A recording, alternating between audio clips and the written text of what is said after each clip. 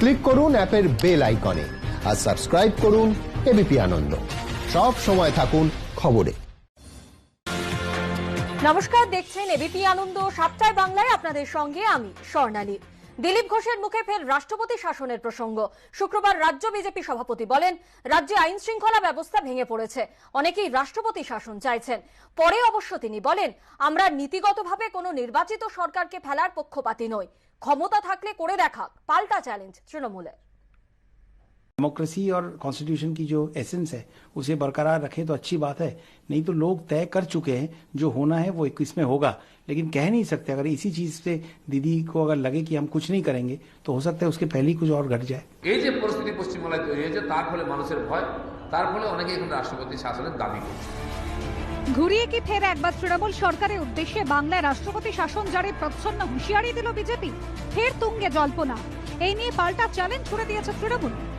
বিজেপির নেতারা, খুচরো দুয়ানা চারানা নেতারা সবাই এই ধরনের ভয় দেখাচ্ছে। বাবুল তো পলিটিক্যাল লোক নয়, এই গান বাজনার জগৎ থেকে এসছেন, সংবিধানও ভালো করে জানা নেই। উনি যেসব বলেছেন এর কোনো গুরুত্বই নেই। সাম্প্রতিককালে বারবার তৃণমূলের হাতে দলীয় নেতাকর্মীর খুনের অভিযোগে সরব হয়েছে বিজেপি। নাম না করে যে প্রসঙ্গ উঠে এসেছে খোদ মোদির গলায়। जब राष्ट्र की एकता, अखंडता और राष्ट्रहित का प्रश्न हो तो अपनी विचारधारा के बोझ तले दबकर फैसला लेने से देश का नुकसान ही होता है। हमें अवसरवाद से दूर लेकिन एक स्वस्थ संवाद को लोकतंत्र में जिंदा रखना है। সাম্প্রতিককালে বঙ্গ বিজেপির একাধিক নেতার মুখে রাষ্ট্রপতি শাসন জারির দাবি শোনা গিয়েছে। দিল্লিতে এই নিয়ে অমিত শাহের কাছে দরবার পর্যন্ত করে এসেছেন তারা। কিন্তু সম্প্রতি কলকাতায় এই নিয়ে কেন্দ্রীয় নেতৃত্বের অবস্থান স্পষ্ট করে দেন অমিত শাহ। 356 का सवाल है, ये कोई सार्वजनिक प्रेस कॉन्फ्रेंस का विषय नहीं है, संवैधानिक मामला है और वो राज्यपाल महोदय से जो रिपोर्ट मिलती है इसके आधार पर केंद्र सरकार निर्णय करती है। परंतु 356 लागू करने की जरूरत ही नहीं पड़ेगी क्योंकि अप्रैल में तो बदलने वाली है सरकार, किस पर करे। আইন শৃঙ্খলা পরিস্থিতির সমালোচনা করলেও রাষ্ট্রপতি শাসন নিয়ে যে অমিত শাহের লাইনই চূড়ান্ত, তা স্পষ্ট হয়ে গেছে দিলীপ ঘোষের কথা থেকেই। অনেক মানুষের মনে হচ্ছে এখানে যে নির্বাচন আসছে, সাধারণ নির্বাচন বিধানসভার, সেটা সুস্থ নিরপেক্ষভাবে হবে না, ফ্রি ফেয়ার ইলেকশন। তো এই সরকার থাকলে, এই সরকার থাকলে এই ধরনের সমাজবিরোধী রাষ্ট্রবিরোধী গতিবিধি হবে। তো এই সরকারকে সরিয়ে এখানে নির্বাচন, তাই 356 কথা উঠছে। কেন্দ্র সরকার ভাববে, আর তারা যদি মনে করে এটা ঠিক আছে, তাহলে ওরা যা ডিসিশন নেবে সেটা আমরা মেনে নেব। একটা নির্বাচিত সরকার 5 বছর ক্ষমতায় থাকবে স্বাভাবিক। ভারতীয় জনতা পার্টি নৈতিক দিক দিয়ে সাংবিধানিক ব্যবস্থায় বিশ্বাস করে, গণতন্ত্রে বিশ্বাস করে, তাই কোনো নির্বাচিত সরকারকে সরিয়ে দেওয়ার পক্ষে আমরা নই।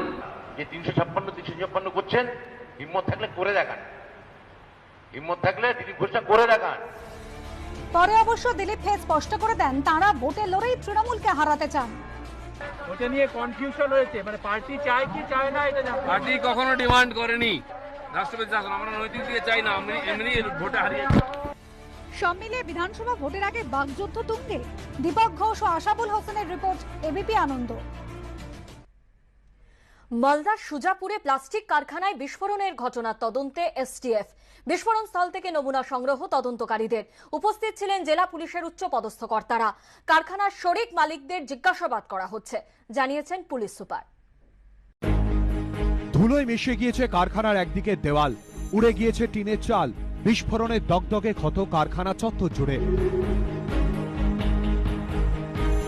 বৃহস্পতিবার সকালে মালদার কালিয়াচকের সুজাপুরে বিস্ফোরণের জেরে প্রায় ধূলিসাৎ হয়ে যায় প্লাস্টিকের কারখানাটি। বিস্ফোরণে মৃত্যু হয় কারখানার এক মালিক সহ 6 জনের। মৃতদের মধ্যে এক নাবালকও রয়েছে। হাসপাতালে চিকিৎসাধীন রয়েছেন আরো কয়েকজন। ঘটনা তদন্তে দিনভর বিস্ফোরণ স্থলে পৌঁছয় এসটিএফ, জেলা পুলিশ, ফরেন্সিক টিম। সকালে বিস্ফোরণ স্থল থেকে নমুনা সংগ্রহ করে এসটিএফ।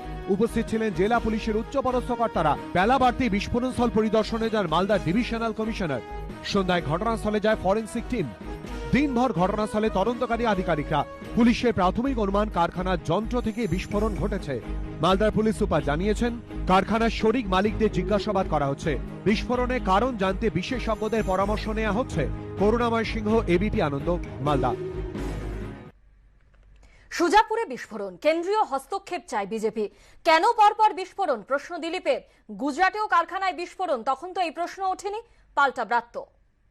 সরকার ক্ষমতায় আসার পর থেকেই সেই খাগড়াগড় থেকে শুরু হয়ে ধুলাগড়, আর তারপরে মালদায় আগের বারও টোটো বিস্ফোরণ হচ্ছে ভয়ঙ্কর। বহুবার দেখা গেছে এই ধরনের বিস্ফোরণের তার বাংলাদেশের সঙ্গে যুক্ত থাকে, সিমি জামাতের সঙ্গে। আর এই সময় মুর্শিদাবাদে বারবার উগ্রপন্থী ধরা পড়ছে, টেররিস্ট অর্গানাইজেশনের। ফলেতে পশ্চিমবাংলার নির্বাচন এগিয়ে আসছে। এই ধরনের ঘটনাকে আমরা যদি দেখি একসঙ্গে জুড়ে, তাহলে ভয়ের পরিবেশ তৈরি করার চেষ্টা চলছে। শুনলাম এসটিএ যাচ্ছে তদন্ত করতে। এদের উপরে বাংলার মানুষের ভরসা নাই, দোষী সাজা পাবে না, সত্য ঘটনা সামনে আসবে না। তাই আমরা বারবার বলি কেন্দ্রীয় এজেন্সিতে তার তদন্ত হোক, এখানে এনআইএ দিয়ে তদন্ত হতে পারে, যাতে সত্য সামনে আসে, মানুষের মন থেকে ভয় যায়। 2020 সালের 20শে জুন গুজরাটের ভারুচে একটা রাসায়নিক কারখানায় বিস্ফোরণ হয়, যাতে 4 জন কর্মী মারা যায়, 230 জন শ্রমিক ওই মুহূর্তে আহত হয়। ওইখানে অ্যাক্সিডেন্ট, পিওর অ্যাক্সিডেন্ট। অ্যাক্সিডেন্ট নিয়ে কিছু বলার থাকতে পারে না। বাংলায় কোনো বিস্ফোরণ হলেই তার পিছনে এই যে জঙ্গিবাদ দেখতে পাওয়া, এইটার মধ্যে একটা খুবই চিন্তার দৈন্য এবং খেলো রাজনীতি আছে। কেননা ওরা এখানে সাম্প্রদায়িক এক ধরনের পোলারাইজেশন চাইছে। তৃণমূলের মিছিল থেকে বিজেপি কার্যালয়ে ভাঙচুরের অভিযোগ। দুর্গাপুরের পারুলিয়ার ঘটনা, থানায় অভিযোগ দায়ের। এলাকায় উত্তেজনা, বসানো হয়েছে পুলিশ পিকেট। লাউদহায় বিজেপি কর্মীর খুনের ঘটনা ঘিরে এখনো উত্তপ্ত দুর্গাপুর। তার মধ্যে তৃণমূলের মিছিল থেকে বিজেপির পার্টি অফিসে হামলার অভিযোগ ঘিরে নতুন করে ছড়ালো উত্তেজনা। 9 নভেম্বর লাউদহায় উদ্ধার হয় বিজেপি কর্মী স্বরূপ সোর মৃতদেহ। সম্পত্তি বিবাদের জেরে খুন করানোর অভিযোগে মৃতের মা ও ভাইকে গ্রেফতার করে পুলিশ। যদিও বিজেপির দাবি খুনের নেপথ্যে রয়েছে তৃণমূল। পাল্টা খুনের সঙ্গে দলের কোনো যোগ নেই বলে দাবি করে বৃহস্পতিবার এলাকায় মিছিল করে তৃণমূল। সেখান থেকেই তাদের পার্টি অফিসে হামলা চালানো হয় বলে অভিযোগ করেছে বিজেপি।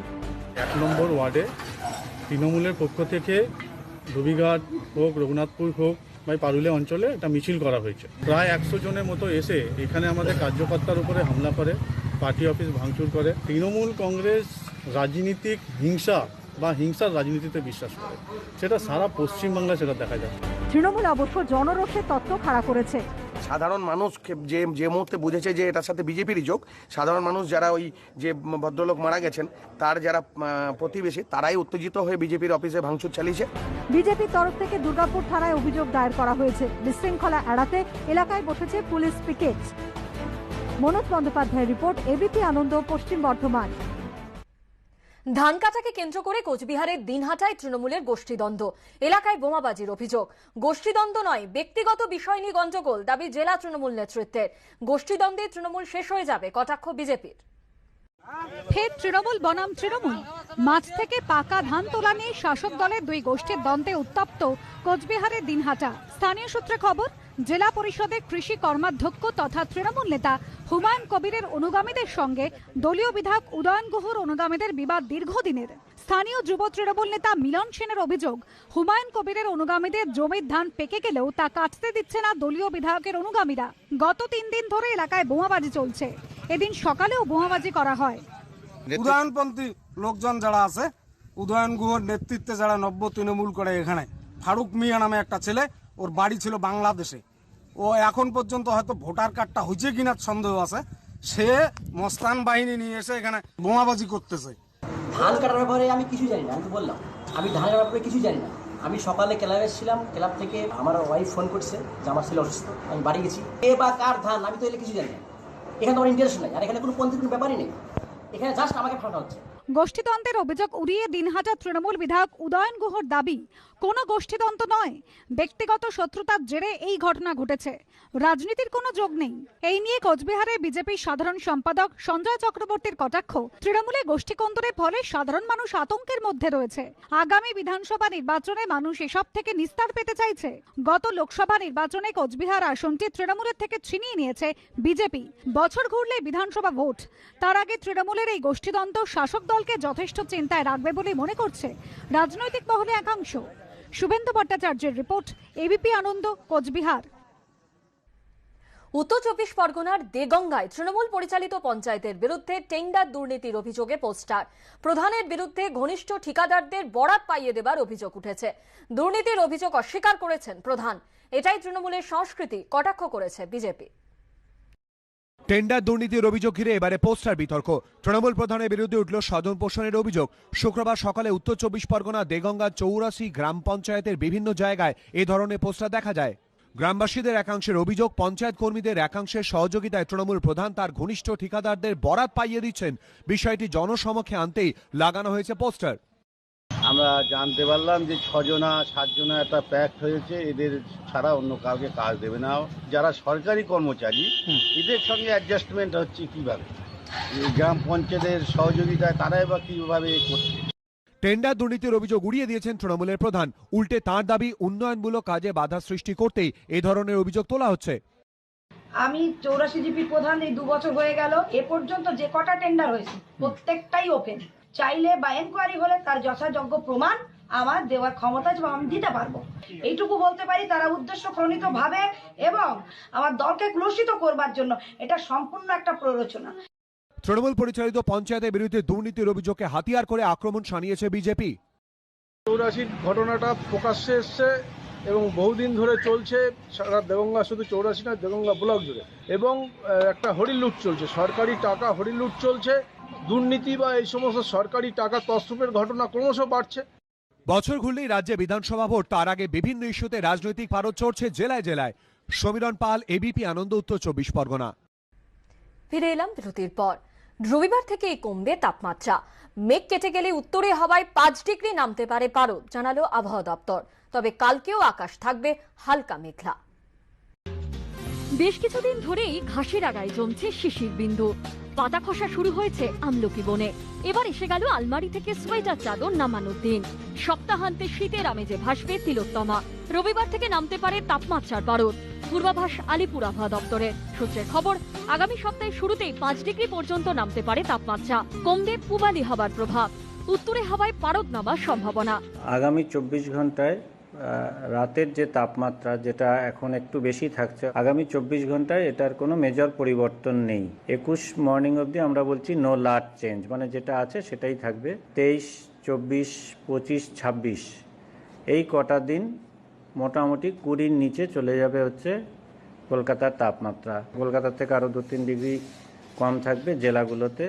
শুক্রবার কলকাতার আকাশ মেঘলা থাকায় তাপমাত্রা ছিল ঊর্ধ্বমুখী। এদিন কলকাতার সর্বনিম্ন তাপমাত্রা 23.8 ডিগ্রি সেলসিয়াস, যা স্বাভাবিকের থেকে 4 ডিগ্রি বেশি।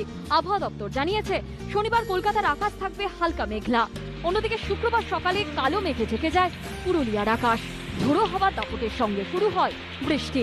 এদিন ভোরে নদিয়ার চাকদা, কল্যাণীর রানাঘাট, শান্তিপুর, কৃষ্ণনগর সহ বেশ কিছু এলাকায় ছিল ঘন কুয়াশার দাপট। কমে যায় দৃশ্যমানতা। সঞ্জয় মিত্র, সন্দীপ সমাদ্দার ও সুজিত মণ্ডলের রিপোর্ট, এবিপি আনন্দ।